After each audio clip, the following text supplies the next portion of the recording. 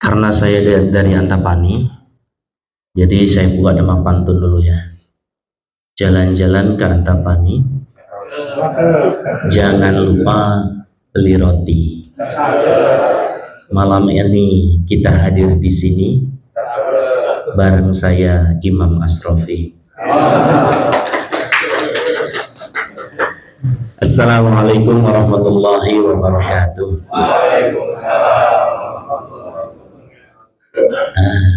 Sate ayam, sate itik.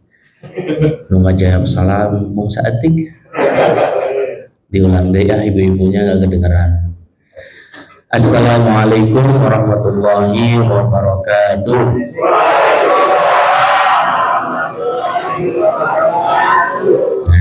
Ayana baru sate ayam, sate domba. Nunggu jawab salam, tambah loba. Alhamdulillahi wa kafa. Wassalatu wassalamu ala nabiyil mustafa Muhammadin sallallahu alaihi wasallam tasliman mazida. Amma ba'd, rabbi shrah li sadri wa yassir li amri wahlul 'uqdatam min lisani yafqahu qawli. Subhanaka la ilma lana illa ma 'allamtana innaka antal alimul hakim. Radina billahi rabba wa bil islami dina wa bi Muhammadin nabiyya wa rasulah.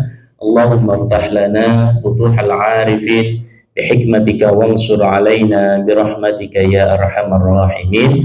Walhamdulillahi rabbil alamin. Nah ya sudah, tadi kalau sudah al-alamin atas berarti. Baik, yang saya hormati Bapak DKM beserta seluruh jajarannya, Bapak agama, Bapak masyarakat, pengurus lingkungan yang tadi sudah disebutkan masing-masing, gak saya ulangi lagi. Bagi semuanya yang mudah-mudahan pada malam hari ini mendapatkan keberkahan dari Allah Subhanahu wa Ta'ala.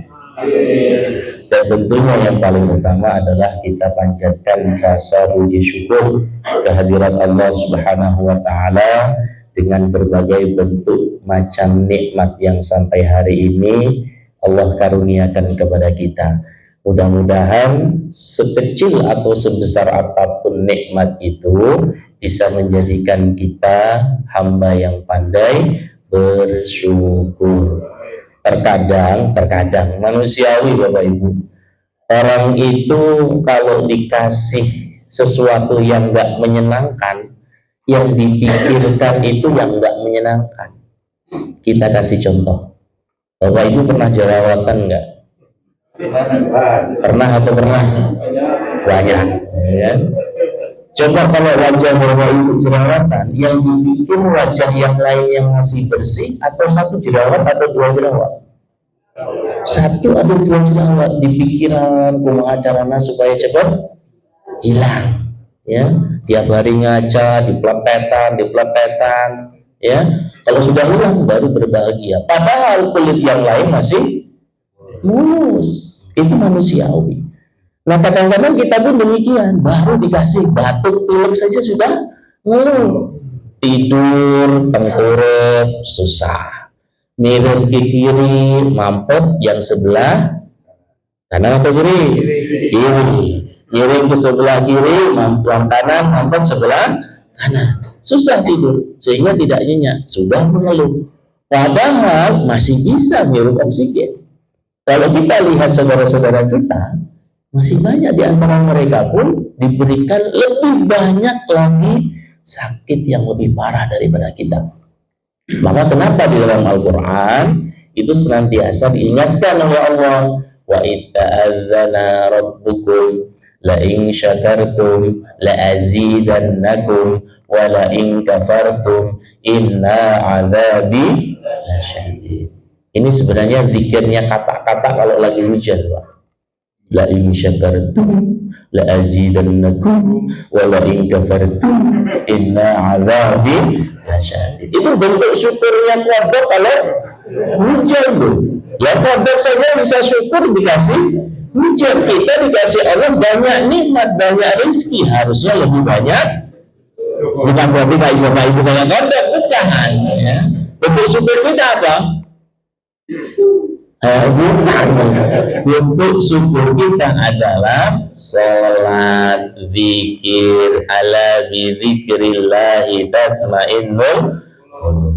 Itu salah satu bagian daripada bentuk syukur kita terhadap kenikmatan yang diberikan Allah Subhanahu wa taala kepada kita. Yang kedua, tak kalah pentingnya, kita sampaikan salam dan sholawat kepada baginda Rasul Muhammad sallallahu alaihi wasallam.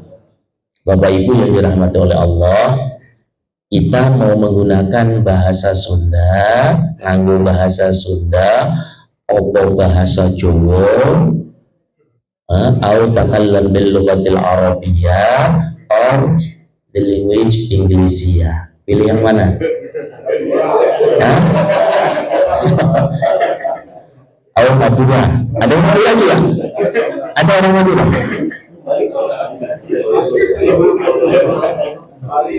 Itulah indahnya Indonesia, Pak. Penuh dengan keragaman, penuh dengan keanekaragaman bahasa. Jadi nanti selama kita ngobrol, mohon maaf kalau ada selingan yang bahasa Sundanya, ada yang bahasa Jawanya, mohon maaf.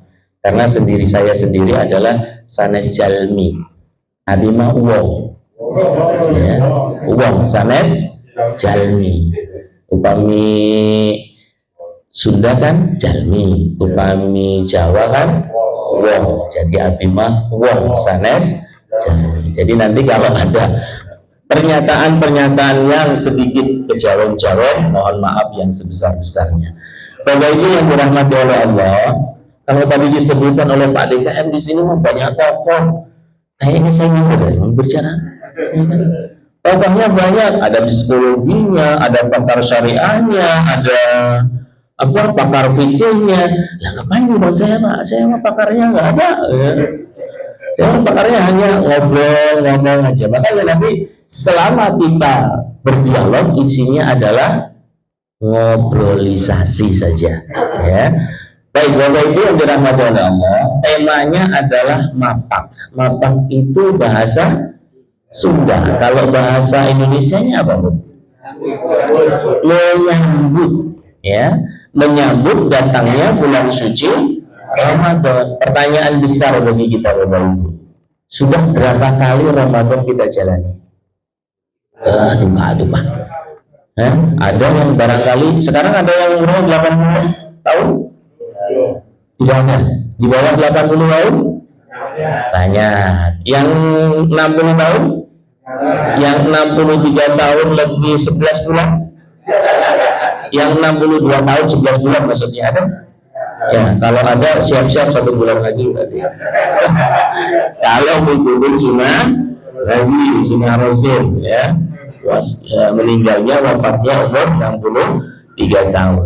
Tapi di bulan Rajab dan bulan Sya'ban itu kita dianjurkan banyak berdoa, Bapak Ibu, ya. Apa doanya? Bukan. Allahumma barik lana fi ma razaqtana wa qina adzaban. Salah semuanya. Apa doa naon itu? Barik Tuhan ya Allah. Allahumma barik lana fi Rajab wa Sya'ban wa ballighna Ramadan. Kita diperintahkan di 2 bulan ini, Bapak Ibu, untuk banyak-banyak berdoa itu. Kenapa kok kita mesti minta? Karena kita ini orang yang lemah di hadapan Allah. Kita ini nggak punya apa-apa. Kita ini pun orang yang kecil di hadapan Allah Subhanahu wa ta'ala. Makanya setiap sholat kita memandangkan Allahu Akbar, Allah yang maha besar. Berarti kita kecil.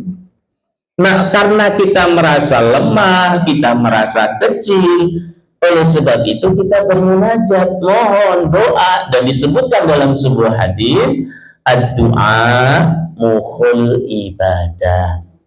Doa itu bagian daripada ibadah. Jadi kalau orang Islam nggak berdoa, berarti ya beribadah. Artinya kalau orang nggak beribadah, sombong. Nah, perbanyak doa itu. Kita minta kebaikan, keberkahan bulan Rajab.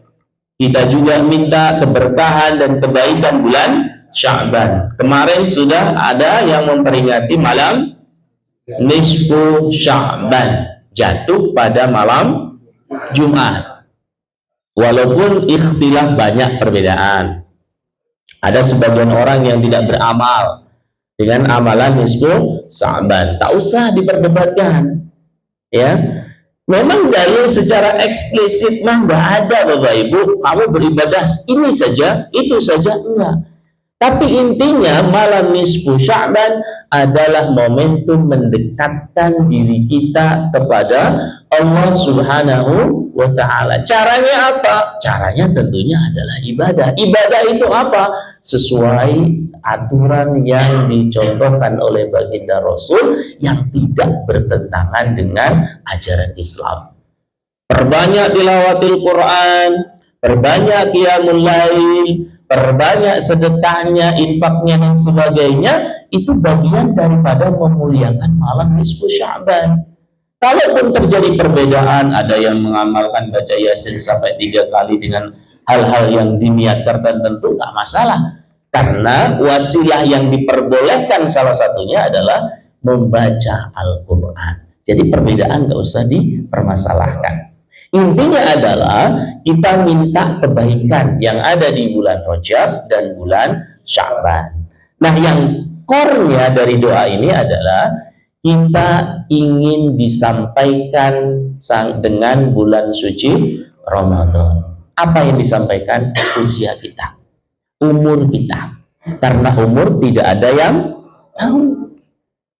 Bisa jadi kematian itu menjemput Bapak Ibu duluan, baru disusul oleh saya. Atau kebalikannya, ya, atau kebalikannya, saya akan menyusul Bapak Ibu yang duluan. Saya mawon, Pak. Tidak, Pak, dibalik dari Bapak, ya. Bapak Ibu yang duluan, saya yang terakhir. Atau kebalikannya, saya yang terakhir, Bapak Ibu duluan. Idza jaa ajaluhum la yastakhiruna sa'atan wa la yastaqdimun. Jika ajal menghampiri seseorang, maka waktu itu tidak akan bisa dimajukan dan tidak akan diakhirkan. Jadi yang namanya mati mah nggak akan melihat usia. Jadi jangan terlalu pede yang masih muda-muda. Juga jangan terlalu risau yang sudah mulai meninggalkan dunia hitam, Pak. Jadi rambutnya yang sudah putih, jenggotnya yang sudah putih, nggak usah khawatir. Karena ajal itu tidak melihat jenggot. Hebat maksudnya, Pak, jenggot yang putih. Ya, juga nggak akan melihat rambut yang putih. Bisa jadi rambutnya masih hitam legam, jenggotnya masih panjang dan hitam, duluan dipanggil Allah Subhanahu wa Ta'ala. Nggak usah takut, Pak, yang jenggotnya masih hitam, Pak. Bukan mewanti-wanti, tapi harus mempersiapkan diri. Nah, kita minta kepada Allah supaya usia kita disampaikan dengan bulan suci Ramadan. Maka sudah berapa kali Ramadan sampai hari ini kita jalani, dan bentuk evaluasinya seperti apa. Saya kebetulan juga habis batuk pilek, boleh saya minum? Kan tadi sudah berdoa. Allahumma barik lana fima razaqtana wa qina adzabannar.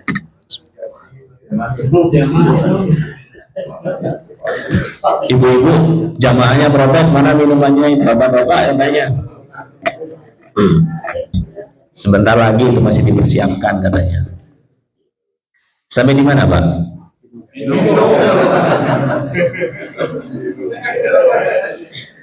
Saya tipikal orang yang menyampaikan nggak bisa banyak-banyak, Pak. Karena kadang-kadang pengajian itu memang karakteristiknya beda-beda. Ada yang ustadz isinya di awal hingga akhir, pas jamaah bubar ditanya, nanti dapat mengaji apa? Buka sore wae. Ada yang begitu. Ada yang dari awal tegang, woy. Ketika bubar, kalahkan unutan. Ya, nggak tahu saya tipe kalau orang yang mana. Pokoknya ada yang lucunya ya silahkan ketawa. Tapi kalau nggak ada yang lucu nggak usah ketawa. Tuh kan, Bapak protes langsung kan.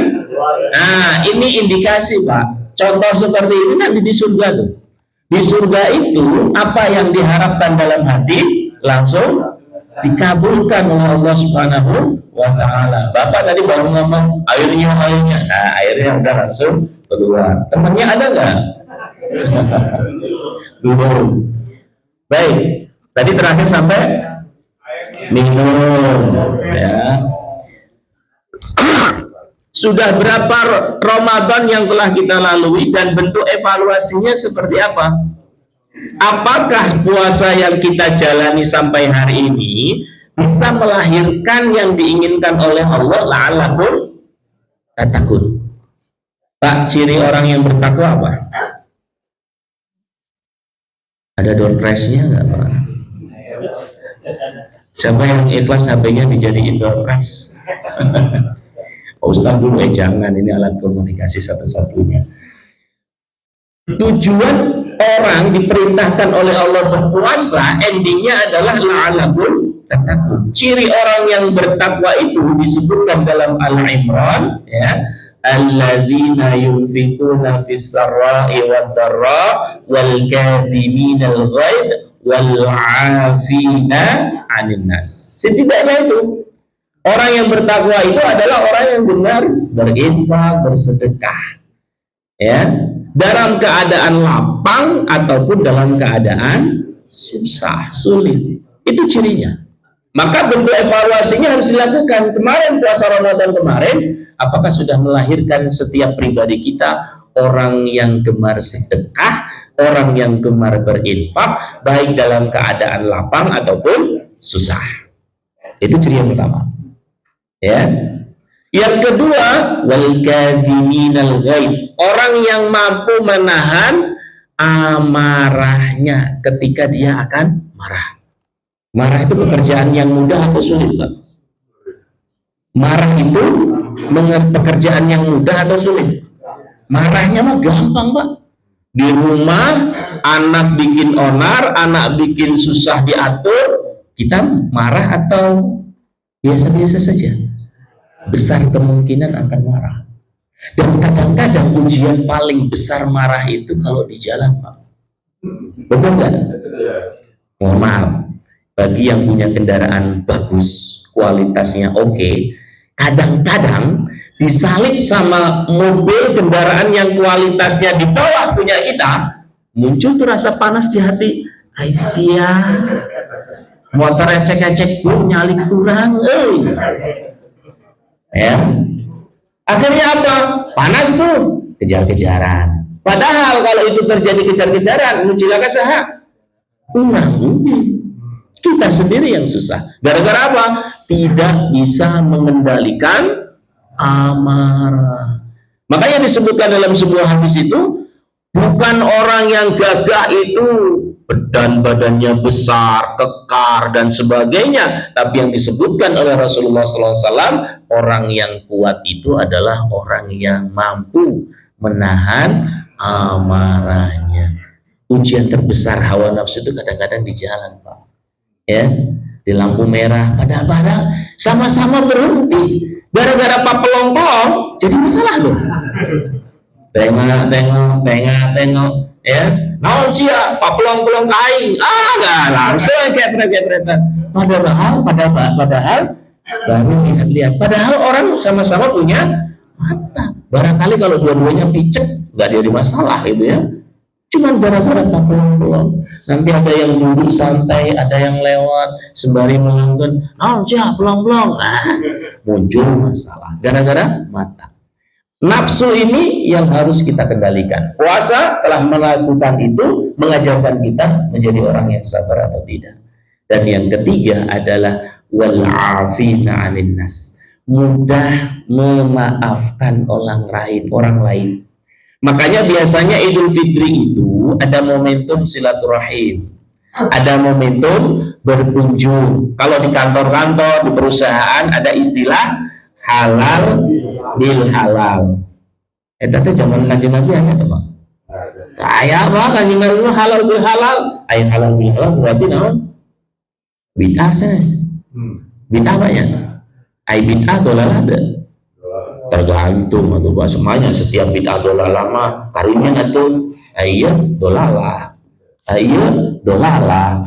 Ay eta dolalah. ya kan? Berarti semuanya dolalah. Kalau semuanya dolalah berdasarkan kullu bid'atin dolalah wa kullu dolalatin finnar, kasihan, harus dipecah, harus dijabarkan. Naon sih definisi dolalah teh?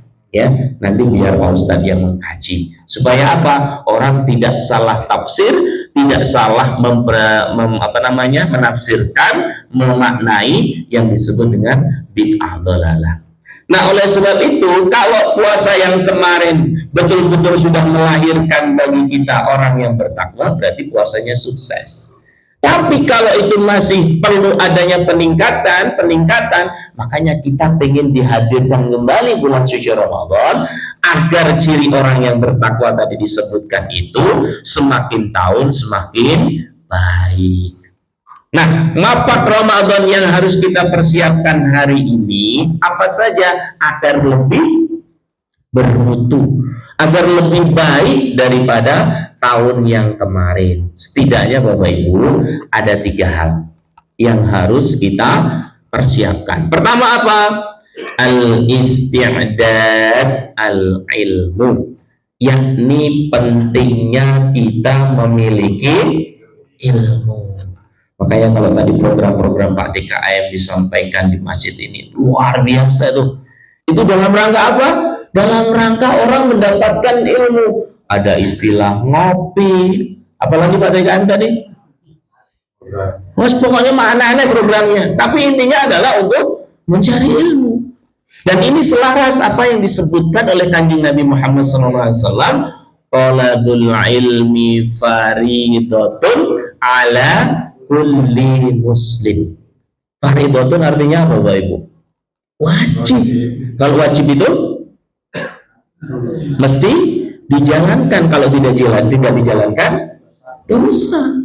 Jadi kalau tidak menghadiri majelis ilmu, tidak menambah ilmu, dosa. Dan ini dikuatkan juga, diikuti juga oleh pernyataannya Imam Syafi'i rahimahullah ta'ala sebagai imam mazhab kita banyak di Indonesia. Jadi kalau kita menganggap pengikut Imam Syafi'i harus ikut ini pernyataan beliau. Kata beliau, fabada'a bil ilmi qoblal qawli wal amal. Awalilah oleh kalian itu ilmu sebelum kalian itu berucap dan sebelum kalian beramal. Berucap saja butuh ilmu, beramal saja juga butuh ilmu. Sehingga kalau di ini garis bawahi, tidak ada satupun hal apapun di dunia ini yang bisa dikerjakan tanpa didasari dengan ilmu. Ini kayak sebuah lagu, ilmu. Betul itu lagunya, Pak? Betul nggak? Enggak, itu mah saya plesetin. Itu dari duit ya. Semua orang butuh duit, semua orang butuh ilmu, semua perkara butuh ilmu. Mau masak butuh, mau bisa baca Quran butuh, mau bisa sholat butuh, mau bisa toharah butuh ilmu. Sehingga ada akar disebutkan tidurnya orang yang berilmu itu Bapak Ibu lebih ditakuti setan daripada ibadahnya orang yang jahil. Kenapa? Karena orang yang jahil, orang yang bodoh, tidak menggunakan ilmu, tidak memiliki ilmu dalam ibadahnya, bisa dipastikan ibadahnya salah. Tapi kalau orang yang tidur dia pakai ilmu, bisa dipastikan semuanya berdasarkan tuntunan. Paham orang yang berilmu itu sebelum tidur pasti dia bersuci, pasti dia berdoa. Doanya apa? Trikul. Nah, trikul deh Bang. Qul huwallahu ahad, qul a'udzu birabbil falaq, qul a'udzu birabbin nas. Kemudian ditambah dengan ayat kursi. 3 ayat terakhir surat Al-Baqarah. Lillahi ma fis samawati wa ma fil ardi ila akhirih. Orang yang berilmu pasti ngerti karena dia berilmu. Sehingga tidurnya berkualitas, ditakuti setan. Sementara ibadahnya orang yang jahil, tak tahu dia bagaimana taharah. Oh, sholat yang penting sholat Allahu Akbar. Tanpa diawali dengan taharah, sholatnya sah. Wah, nggak akan sah. Kenapa? Ini efek domino. Ketika tidak berwudu dia sholat, sholatnya tidak diterima. Ya, kalaupun dia berwudu tapi toharohnya salah, sholatnya pun tidak diterima. Maka ilmu tohara, ilmu bersuci, bagaimana dia mempersucikan dirinya dari hadas besar dan hadas kecil, perlu belajar. Maka belajar itulah dalam rangka menuntut ilmu. Maka mempak Ramadan ini, menyambut datangnya Ramadan ini, yang pertama yang harus kita miliki adalah ilmu. Ilmu apa kira-kira yang pertama? Ilmu yang berkaitan tentang puasa kita menjadi sah di hadapan Allah Subhanahu wa Ta'ala. Kira-kira Bapak Ibu, kalau puasa kita dikatakan sah, kalau gimana? Ada 3 syarat lah. Sepertinya kalau melihat umur-umurnya sepertinya 3 syarat. Pertama, apa Pak? Tidak makan. Kedua, tidak minum. Yang ketiga, jangan tengok-tengok. Ya. Sudah berkeluarga? Aduh. Ada yang belum memenuhi syarat. Tapi suatu saat memenuhi syarat. Ya. Yang ketiga, tidak berhubungan suami istri di siang hari. Upah malam? Ini semangat boleh. Ya. 3 hal ini sudah dilakukan, maka puasa ditinggalkan, puasanya sah. Ya. Tidak dilakukan di siang hari, maka puasanya sah. Saya yakin ilmu ini sudah dikuasai semua. Ya kan? Karena memang pengertian puasa tidak makan, tidak minum, tidak berhubungan suami istri sampai terbitnya fajar, terbenamnya fajar, maka puasanya sah. Ilmu itu sudah dikuasai. Oke. Ya. Nah, ilmu yang kedua ini yang berat.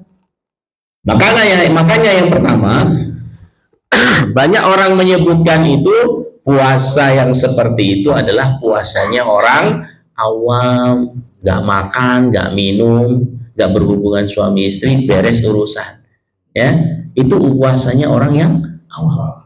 Nah, masuk ke tataran yang berikutnya, puasa yang dimaksudkan harus dibekali dengan ilmu puasa supaya puasa yang dijalankan itu menjadi bermutu, bermakna. Di mana? Di hadapan Allah Subhanahu wa Ta'ala. Bagaimana supaya bermutu? Dijaga dari hal-hal yang merusak pahala puasa. Kenapa ini penting Bapak Ibu? Disebutkan oleh Kanjeng Nabi, kam min shaimin laisa lahu min siyamin illal ju' wal 'atas. Berapa banyak orang yang berpuasa yang mereka tidak makan, tidak minum, tidak berhubungan suami istri dikerjakan selama 1 bulan, tapi mereka tak dapat pahala apa-apa kecuali hanya lapar dan dahaga. Ya, tidak dapat apa-apa. Apa yang merusak pahalanya itu? Panca inderanya. Matanya jelalatan. Ya, telinganya dengerin sesuatu yang tak bermutu. Bibirnya, mulutnya suka menggibah orang lain. Ya, yang suka menggibah biasanya ibu-ibu atau bapak-bapak. Bu, yang suka menggibah ibu-ibu atau bapak-bapak?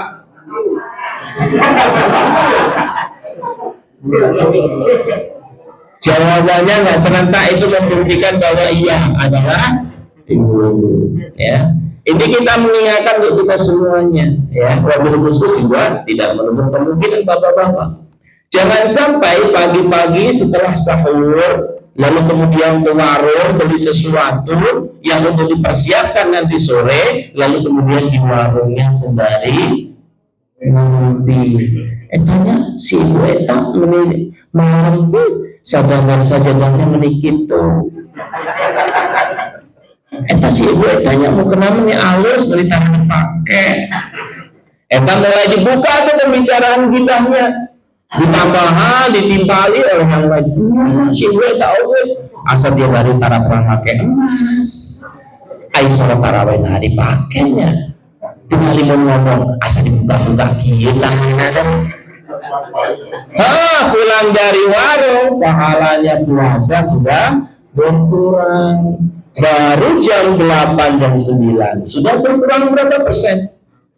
Nanti masuk waktu zuhur, nanti masuk waktu asar. Waktu asar kegiatan yang lain masih ada ribahnya juga. Belum lagi matanya, pendengarannya dan sebagainya. Ini harus kita hati-hati. Jadi ilmu yang kedua ini yang paling pokok Bapak Ibu, agar menjaga amalan puasa kita itu tidak habis, tidak sirna, ya, tidak menguap, sehingga nanti ketika dikumandangkan Allahu Akbar, Allahu Akbar, aduh nih Allahumma lakasumtu, semangatnya itu ada. Kenapa? Merasa bahwa hari ini puasanya betul-betul terjaga, ya. Seolah-olah kalau tidak dibayangkan menggosipnya, mendengarnya, melihat pemandangan-pemandangan yang tidak baiknya tidak dirasakan dengan ilmu, dia puasa ketika berbuka itu tidak mendapatkan ruh daripada ibadah yang dia jalankan. Nah ini penting, ya, dijaga agar saum yang dilakukan hari itu dan hari-hari selanjutnya memiliki nilai di hadapan Allah Subhanahu wa Ta'ala.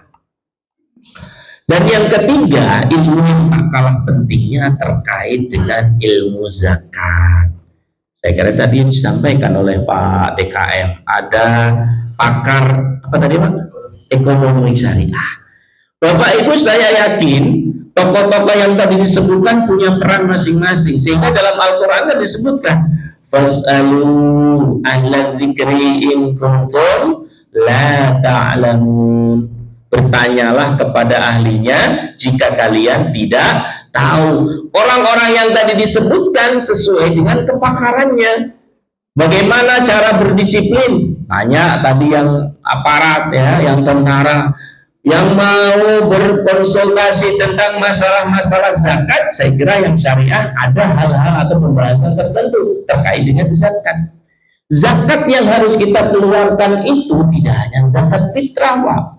Kalau zakat fitrah itu setelah puasa kita keluarkan 2,5% atau 2,5 kilo?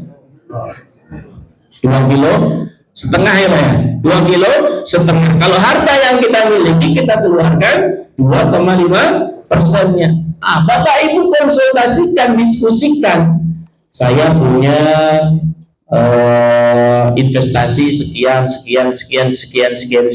Kalau ini sudah masa hisab dan haulnya, harus saya keluarkan berapa zakatnya. Kadang-kadang kita nggak tahu bahwa harta yang kita miliki ini sudah sampai haulnya, sudah sampai nisabnya, lalu kemudian kita nggak keluarkan zakatnya. Ingat,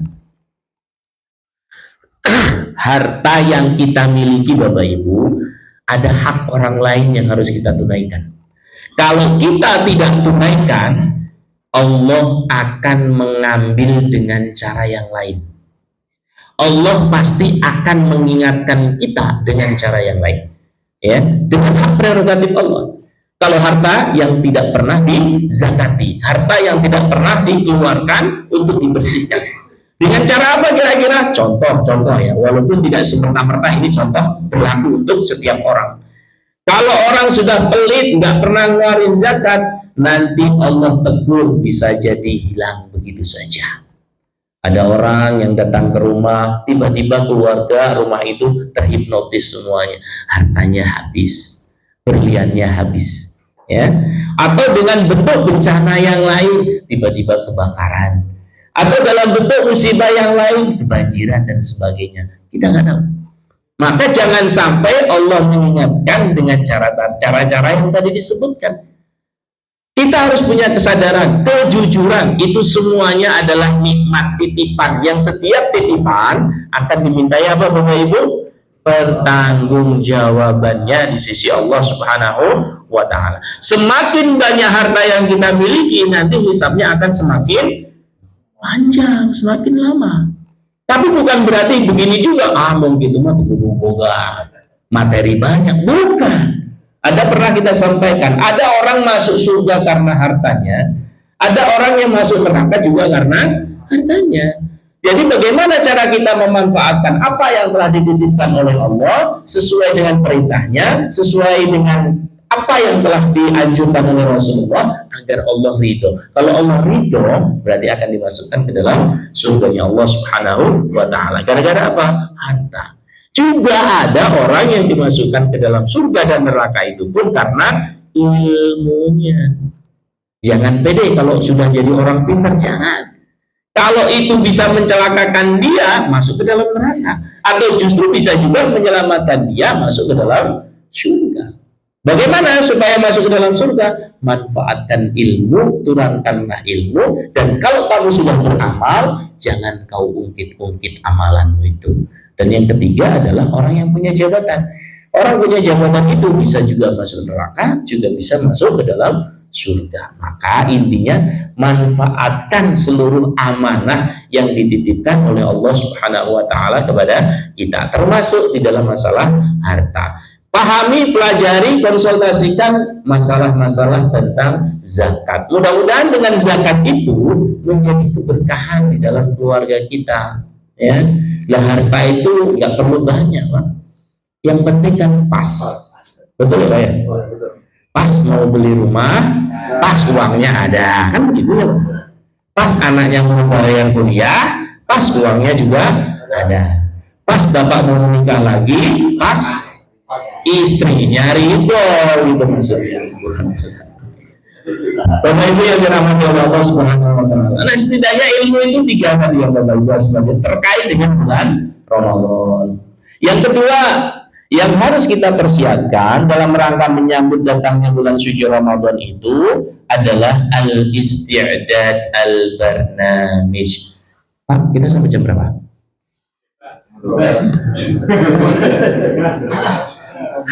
Nggak apa-apa kalau saya dianterin. Ini sudah jam 9:16, setengah 10 sepakat ya? Ya, oke. Siapnya sudah kompak. Karena memang efektif dan konsentrasinya orang itu biasanya hanya 20 menit, Pak. Lebih dari 30 menit itu sudah posisi body language-nya itu aneh-aneh.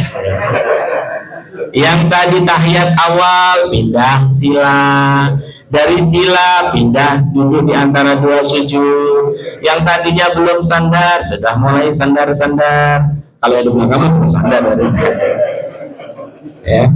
Efektifnya itu adalah 20 sampai 30 menit. 30 menit sana sudah wajah itu wajah iya pokoknya. Baik, yang kedua tadi apa, Pak? Yang kedua tadi al-isti'dad al-barnamij. Itu apa namanya? Program, rencana yang akan dijalankan selama bulan suci Ramadan. Sayyidina Ali karramallahu wajhahu itu pernah mewanti-wanti kepada kita, al-haqqu bila nidamin yaghlibuhul batil idlan nidam. Perkara-perkara yang baik kalau tidak di-planning, kalau tidak direncanakan, kalau tidak terprogram, tersusun dengan baik, akan dikalahkan dengan kebatilan-kebatilan yang terstruktur dengan rapi. Kalaulah ya, program yang akan kita jalankan tidak akan dikalahkan dengan kebatilan, bisa jadi akan dikalahkan dengan bentuk-bentuk yang bersifat mubah, bukan kebatilan. Mubah artinya apa, Pak? Mubah artinya apa? Boleh saja. Nyalin takjil boleh nggak? Boleh, ya kan? Meninggalkan sholat ya boleh, ya kan? Pergi ke pasar baru nyari baju boleh nggak? Tapi meninggalkan i'tikaf boleh nggak? Kata siapa? I'tikaf hukumnya apa? Sunnah. Sunnah sama mubah bagus mana? Ya sunnah. Jadi mementingkan mubah daripada yang sunnah boleh nggak? Ya jangan juga, ya kan? Kerja wajib, i'tikaf sunnah, ya kan? Jadi program-program yang harus kita planning mohon maaf, selama bulan suci Ramadan ini harus digagas dengan sebaik-baik perencanaan. Biasanya bulan Ramadan itu akrab dengan apa, Pak? Al-Quran. Menkolak.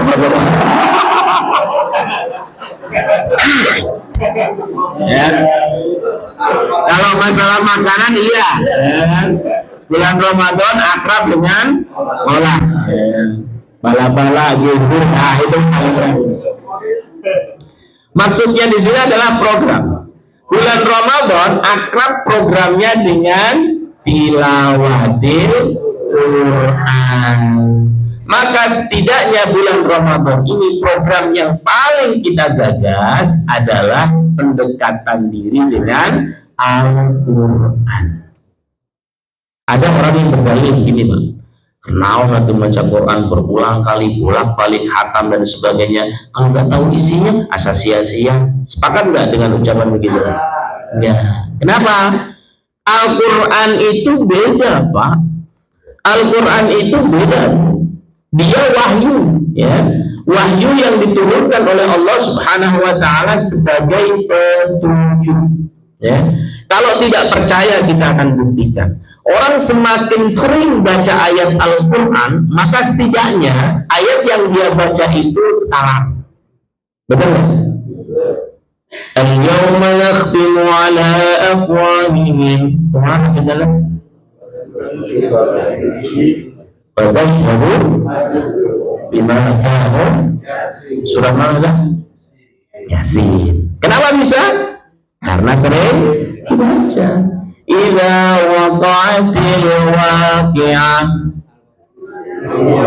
Lanjutannya.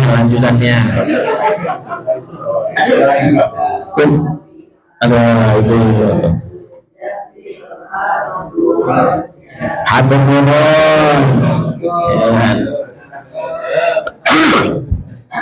Tabarakalladzi biyadihil mulk.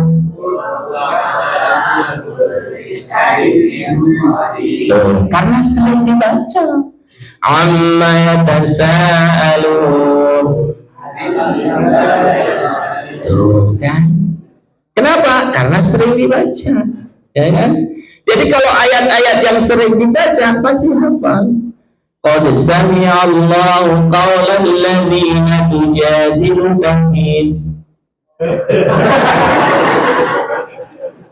Tuh kan? Kenapa? Karena belum pernah atau jarang di wa idistasqa Musa liqaumihi faqulna darib bi'asakal hajar. Kan sebagian kecil.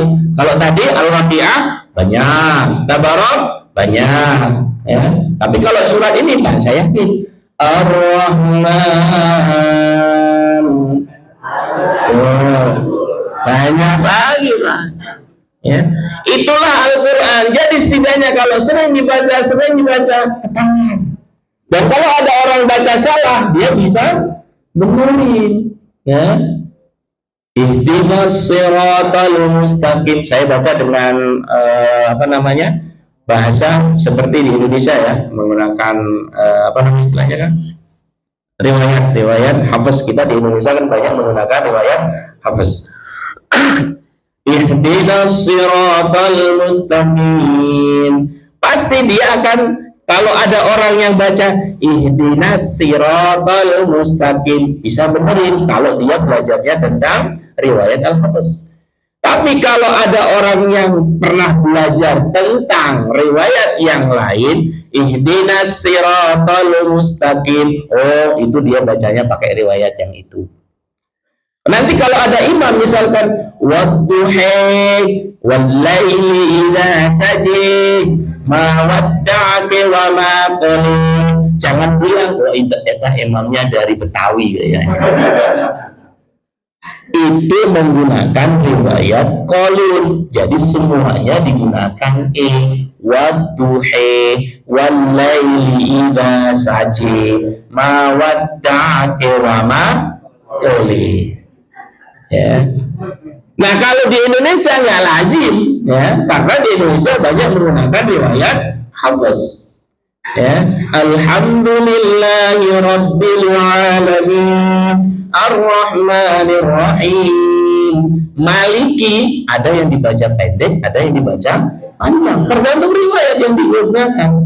Jadi kemarin banyak muncul ya, ada Habib baca malikinya pendek, diprotes tuh oleh netizen. Ternyata netizennya nggak belajar tentang riwayat membaca Al-Quran. Apalagi ini lagi sama netizen yang lain. Sebelum mengkoreksi orang lain, belajarlah terlebih dahulu. Karena baca Al-Quran itu minimal ada 7 riwayat yang diperbolehkan. Kita di Indonesia ihdinas siratal mustaqim. Nanti ketemu dengan riwayat yang lain, ihdinas siratal mustaqim. Jangan disalahkan, karena bisa jadi imam tersebut menggunakan riwayat yang lain. Nah, program bulan suci Ramadan, Bapak Ibu, perdekatkanlah diri kita dengan Al-Quran. Kata Nabi, Iqra'ul Quran fa innahu ya'ti yaumal qiyamah syafi'an li ashabina. Bacalah oleh kalian Al-Quran, karena Al-Quran akan memberikan syafaat kepada orang-orang yang membacanya.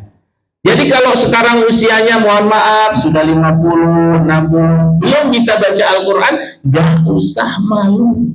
Aduh Pak, malu kalau mau belajar ikro-ikroan. Siapa bilang itu ikro-ikroan? Itu mah ikro beneran. Baru Pak kalau mau baru mulai belajar alif-alifan. Siapa bilang itu alif-alifan? Itu alif beneran. Gak ada Bapak Ibu belajar alif-alifan, bak-bakan, tak-tataan. Gak ada. Itu mah alif, ba, ta, ta, jim. Yang tadi di Nagoman sudah diajarkan makharijul hurufnya. Jadi pelajari lagi, nggak usah malu. Mending hari ini kita malu di dunia daripada nanti di yaumul hisab dikasih umur 60 tahun masih belum bisa baca Al-Quran. Kita ini sudah enak. Ada orang-orang yang mendapatkan keutamaan derajat yang paling bagus di sisi Allah Subhanahu wa Ta'ala. Siapa? Mereka yang belajar Al-Quran itu masih terbata-bata. Justru pahalanya lebih banyak. Karena tidak sedikit orang baca Al-Quran, alhamdulillahi rabbil alamin. Masih mending ngalamin Pak daripada ngalamun Pak. Ya, jadi nggak usah malu dan nggak usah diprotes. Biasanya orang sudah mohon maaf nggak bisa huruf fa, betul ya? Bisanya pak, ya. Kopi dari kopi, ya kan? Nah, hal-hal yang seperti itu meskipun usianya sudah sepuh, jangan berputus asa. Tadi sudah banyak program talakinya, tahsinnya. Yang intinya adalah sebesar mana kemauan kita untuk bisa baca Al-Quran. Ya, karena Al-Quran itu adalah wa nunazzilu minal Qur'ani ma huwa syifaa'un wa rahmatun lil mu'minin. Al-Quran sebagai syifa. Di ayat yang lain Al-Quran itu sebagai hudan, sebagai petunjuk. Kalau boleh diibaratkan, Al-Quran itu bagaikan peta. Al-Quran itu bagaikan GPS. GPS itu adalah untuk melihat daerah-daerah yang belum kita kunjungi supaya kita tidak tersesat. Ya, walaupun juga masih tersesat. Buktinya kadang-kadang tadi saya tersesat. Karena GPS buatan manusia. Sianya jangan lihat saya Pak. Tapi GPS Al-Quran ini siapa yang membuat? Allah Subhanahu wa Ta'ala. Jadi kalau yang buatnya adalah Zat yang Maha Tahu, tak mungkin akan menyesatkan. Bapak Ibu pernah ke alam kubur belum? Belum pernah ke sana? Pengen ke sana? Ya kan? Tapi semuanya bakal ke sana kan? Nah, bagaimana kita akan menelaah, menelusuri jalannya yang belum pernah kita ke sana? Di Al-Quran disebutkan kan? Ya, bahwa alam setelah mati adalah alam kubur. Alam kubur keadaannya seperti apa? Kan kita sudah dapat contekannya Pak ya. Contekannya bahasa Arab, bahasa Sunda, bahasa Jawa, bahasa Indonesia. Bahasa Arab, ya kan? Marrabbuka. Siapa Tuhanmu? Allahu Rabbi. Semuanya kan sudah pada punya contekannya kan? Kisi-kisinya kan sudah didapatkan.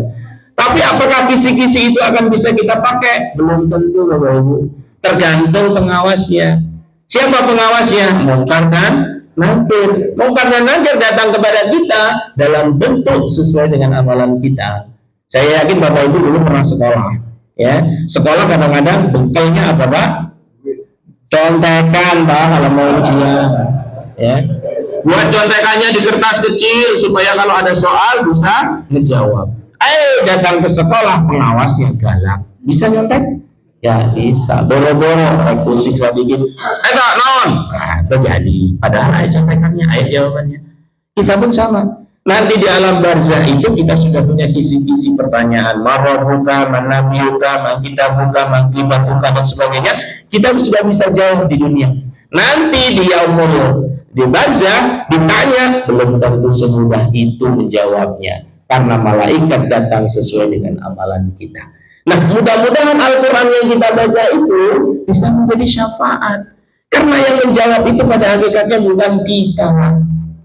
Ketika ditanya marabuka, lisan kita dikunci, ya nggak bisa ngomong apa-apa. Datanglah teman kita, Allahu Rabbi, sama ininya. Saya Al-Quran yang kamu baca. Enak kan? Man nabiyuka, siapa nabimu? Nabi Muhammad nabihi. Bukan kita yang jawab. Kroyo-kroyo pahala sedekah kita, pahala ini kita dan sebagainya. Maka pentingnya bagi kita bulan suci Ramadan mendekatkan dengan Al-Quran. Mau hatam berapa kali? Yuk kita program. Mau hatam sekali, monggo. Mau 2 kali, boleh. Mau 3 kali, lebih bagus. Mau 4 kali, juga lebih mantap.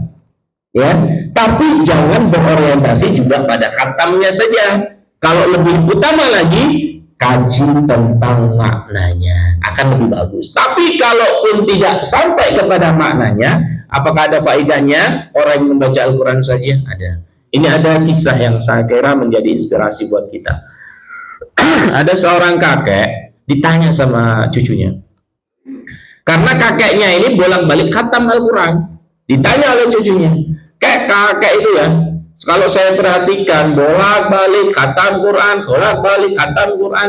Kakek tahu nggak mana dari Al-Quran, isinya Al-Quran, paham nggak? Kakeknya nggak menjawab, Pak. Kakek itu tidak menjawab dengan kata-kata, tapi dijawab langsung dengan perbuatan. Si cucunya disuruh ambil air dengan timba yang timbanya itu sudah dikasih lubang-lubang. Timbanya dalam keadaan kotor. Lalu si cucu disuruh ngambil air yang jaraknya tidak jauh dari tempat mereka duduk. Kamu ambil air pakai timba ini. Si anak tahu bahwa timbanya sudah dikasih lubang-lubang yang banyak. Dia bilang, ya nggak bisa tuh kek. Mau timbanya kan sudah banyak lubangnya. Sudah, pokoknya ambil aja. Diulangi berulang kali, tak berhasil ngambil air karena memang sebelum sampai ke tempat mereka itu airnya sudah habis. Berulang kali karena capek, lalu kemudian putus asa cucunya. Kayak capek, nggak bisa bawa airnya karena memang tumpah semuanya. Nah, inilah kalau perumpamaannya bagi kakek membaca Al-Quran. Kamu tidak berhasil mendapatkan airnya, tapi kamu lihat, ya. Timba yang tadinya kotor sekarang keadaannya seperti apa? Bersih. Kamu tidak mendapatkan isi daripada timba itu, air itu, tapi kamu perhatikan wadahnya menjadi bersih. Artinya apa, Bapak Ibu? Meskipun kita nggak paham membaca Al-Quran, dampaknya ada pada diri kita. Karena Al-Quran itu mukjizat. Al-Quran itu adalah kalamullah.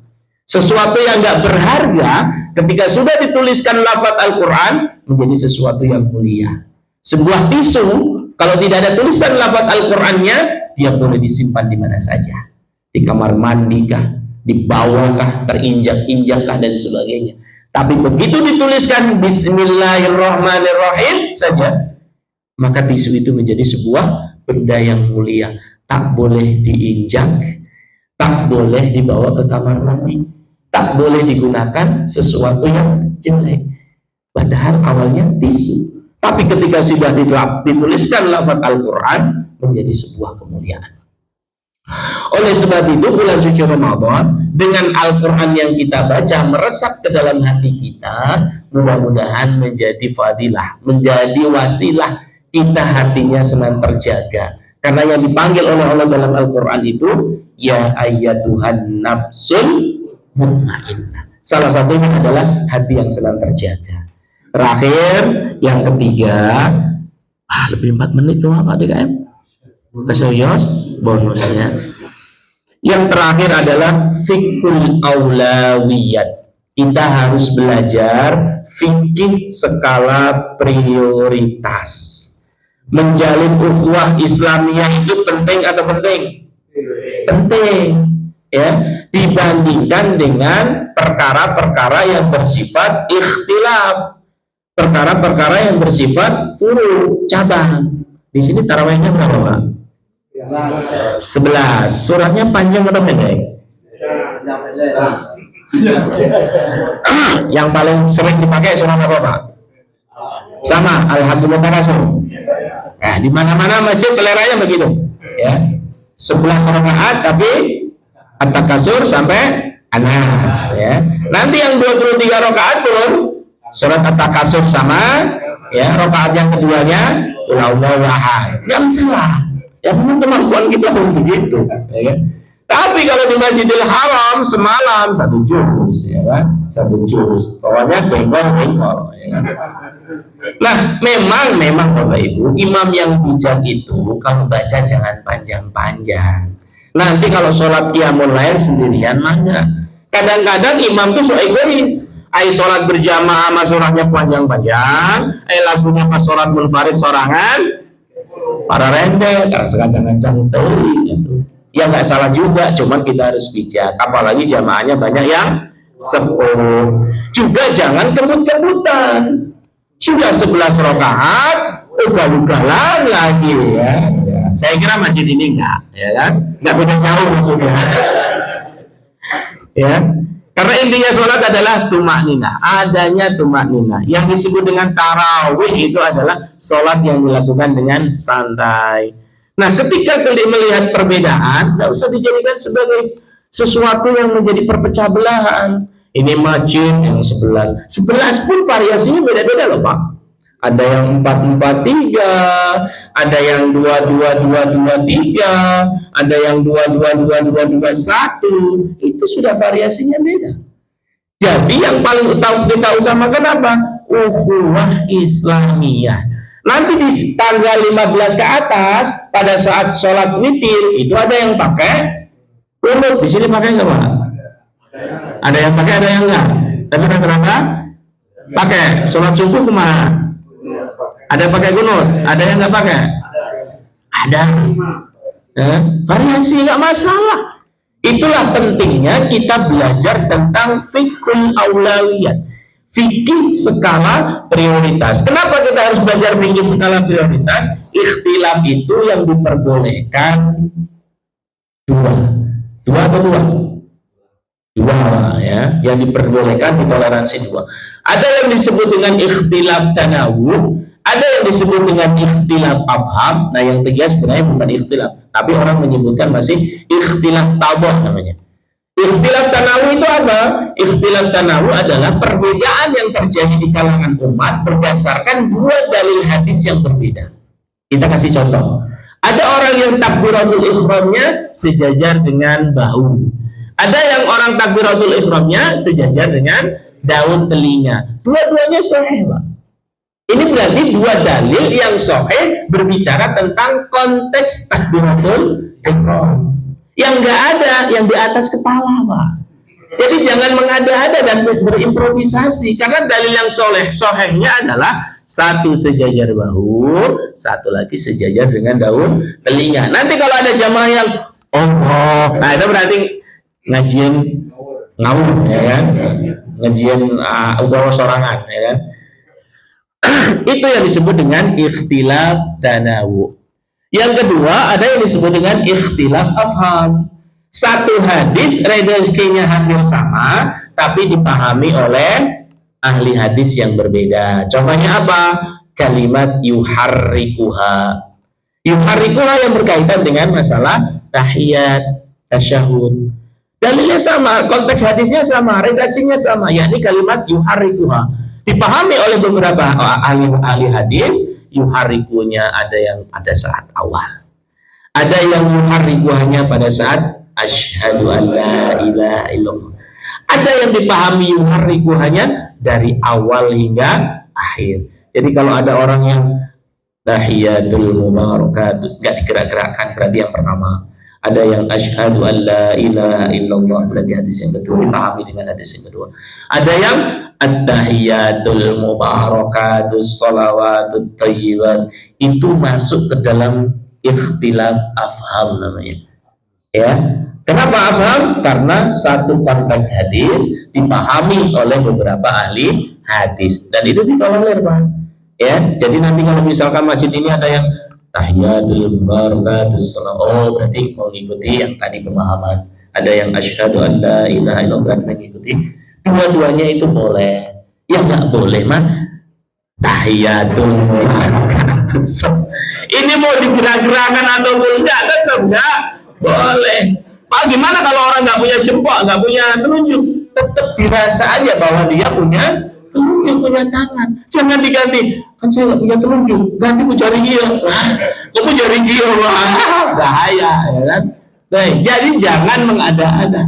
Biar lebih mantap, Pak, saya pakai jari jempol aja. Enggak, ya kan? Ketentuannya sudah ada. Selama masih menggunakan jari telunjuk, nggak usah jadi masalah. Mau dari awal, mau di tengah-tengah, mau dari awal digerak-gerakkan, monggo. Itu yang disebut dengan ikhtilaf afham. Dan yang ketiga adalah ikhtilaf qadha. Ikhtilaf qadha itu yang satu berdalil, yang satu tak ada dalilnya. Jadi ibadah itu ketika ditanya, kenapa kamu kok tasyahudnya begini? Ini dalilnya. Lalu kenapa kamu meletakkan tangannya begini? Ini dalilnya. Lalu kenapa kamu meletakkan? Lah saya lihat orang tua saya begini. Nah, yang seperti itu yang nggak boleh. Ya, jadi supaya semuanya ini menjadi sebuah pemahaman, kembali kepada konteks yang pertama, yakni al-isti'dad al-ilmu, belajar. Imam Syafi'i, Imam Ahmad, Imam Malik, ketika mereka ditanya sampai kapan engkau menuntut ilmu, jawabannya semuanya sama, sampai badanku itu tertindih dengan tanah. Artinya menuntut ilmu itu tidak ada batasannya. Jangan gara-gara jenggotnya sudah putih lalu kemudian kamu belajar. Jangan gara-gara rambutnya sudah mulai dunia hitam lalu kemudian nggak mau belajar. Belajarlah sampai liang lahat. Makanya ada pepatah mengatakan belajar mulai dari buayan hingga liang lahat. Itulah konsep pembelajaran kita sesungguhnya. Jadi ketika hal ini kita upayakan, kita optimalkan. Yang pertama apa Pak yang ingin sampaikan? Iya perkara masalah teh ngaji barho nanti ini ngaji bubar. Yang pertama apa? Al-isti'dad al-ilmu. Yang kedua al-isti'dad al-barnamij, yakni program. Dan yang ketiga adalah fikul aulawiyat. Makanya program-program yang tadi sudah disusun oleh Pak DKM kita dukung, kita jalani. Mudah-mudahan puasa tahun ini lebih baik daripada puasa tahun yang lalu. Tahun kalau puasa sekarang sama, itu pun orang yang rugi. Orang yang baik adalah semakin hari semakin baik. Kalaulah kemarin khatam sekali, yang minimal sekarang 1,5. Ya nggak apa-apa kan? Ya, yang penting ada lebihnya dibandingkan yang kemarin. Mudah-mudahan kita semuanya diberikan umur panjang, sehat jasmani dan rohani, keluarga kita dijadikan keluarga yang sakinah mawaddah warahmah, anak-anak cucu kita dijadikan anak-anak yang saleh dan salehah, bisa berkumpul kembali nanti di surganya Allah Subhanahu wa taala. Saya kira ini Bapak Ibu yang dapat saya sampaikan. Kurang lebihnya mohon maaf yang sebesar-besarnya. Kalau ada sumur di ladang, bolehlah kita menumpang mandi. Kalau ada umur yang panjang, bolehlah kita berjumpa lagi. Tak ada gading yang tak retak, karena keratakan keluarga gading bukan kesalahan saya. Maka kita tutup dengan membaca Alhamdulillahirrahmanirrahim. Subhanakallahumma wa bihamdika asyhadu an la ilaha illa anta astaghfiruka wa atubu ilaik. Akhirul da'wana alhamdulillahi rabbil alamin. Wallahu muwaffiq ila aqwamit thoriq. Assalamualaikum warahmatullahi wabarakatuh.